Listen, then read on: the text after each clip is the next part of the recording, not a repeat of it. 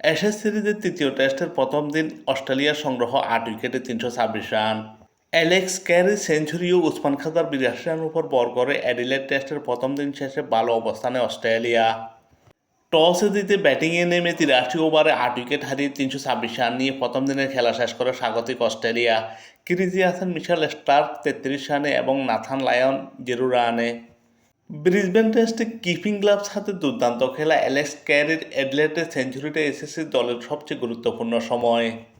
প্রথম সেশনে opener ট্যাভিস head ও Jack ওয়ারাদালকে হারিয়ে ২ উইকেট হারিয়ে ৯৪ রান নিয়ে মধ্যাহ্নবোধের বিরতিতে যায় অস্ট্রেলিয়া। দ্বিতীয় সেশনের শুরুতে ইংল্যান্ড পেসার জোফ্রা আর্চারের প্রথম ৩ বলের মধ্যে মার্নাস লাবোসেন ও ক্যামেরন গ্রিনকে হারিয়ে কিছুটা চাপে পড়ে অস্ট্রেলিয়া। এরপর অ্যালেক্স ক্যারি ক্রিজে গিয়ে পঞ্চম উইকেটে ৯১ রানের জুটি গড়েন ওসমান খাজার সঙ্গে। ষষ্ঠ উইকেটে জশ ইংলিশের সাথে ৫৯ রান, সপ্তম উইকেটে অধিনায়ক ফ্রেড কামিন্সের সাথে ২৭ রান, অষ্টম উইকেট জুটিতে স্টার্কের সাথে ৫০ রানের জুটি গড়ে শেষ বিকেলে ধৈর্য হারান অ্যালেক্স ক্যারি। ৭৮তম ওভারে ইংল্যান্ডের স্পিনার উইল জ্যাক্সকে তুলে মারতে গিয়ে ক্যাচ দেন অ্যালেক্স ক্যারি। ২০২১ সালের টেস্ট অভিষেকের পর এই সংস্করণে উইকেটরক্ষকদের মধ্যে ক্যারির রান সংখ্যাই সর্বোচ্চ। অ্যাডাম গিলক্রিস্ট, ইয়ান হ্যালি, ব্র্যাড হার্ডিনের পর অস্ট্রেলিয়ার চতুর্থ উইকেটকিপার হিসেবে ছেলেদের অ্যাশেজ সিরিজে সেঞ্চুরি দেখা পেলেন অ্যালেক্স ক্যারি। দিনের শুরুতে অনেকে চমকে দেয় অস্ট্রেলিয়ার খেলোয়াড় তালিকা দেখে স্টিভ স্মিথ নেই। ক্রিকেট অস্ট্রেলিয়ার সিইও জানিয়েছেন স্টিভ স্মিথ পুরানো অসুস্থতায় ভুগতেছেন, শেষ পর্যন্ত তাকে অ্যাডিলেড টেস্টে রাখা যায়নি। স্টিভ স্মিথের জায়গায় কপাল খুলেছে অ্যাডিলেড টেস্টে দলে জায়গা না পাওয়া এবং আর কখনোই অস্ট্রেলিয়ার হয়ে টেস্ট খেলার সুযোগ না পাওয়ার শঙ্কায় থাকা ওসমান খাজার।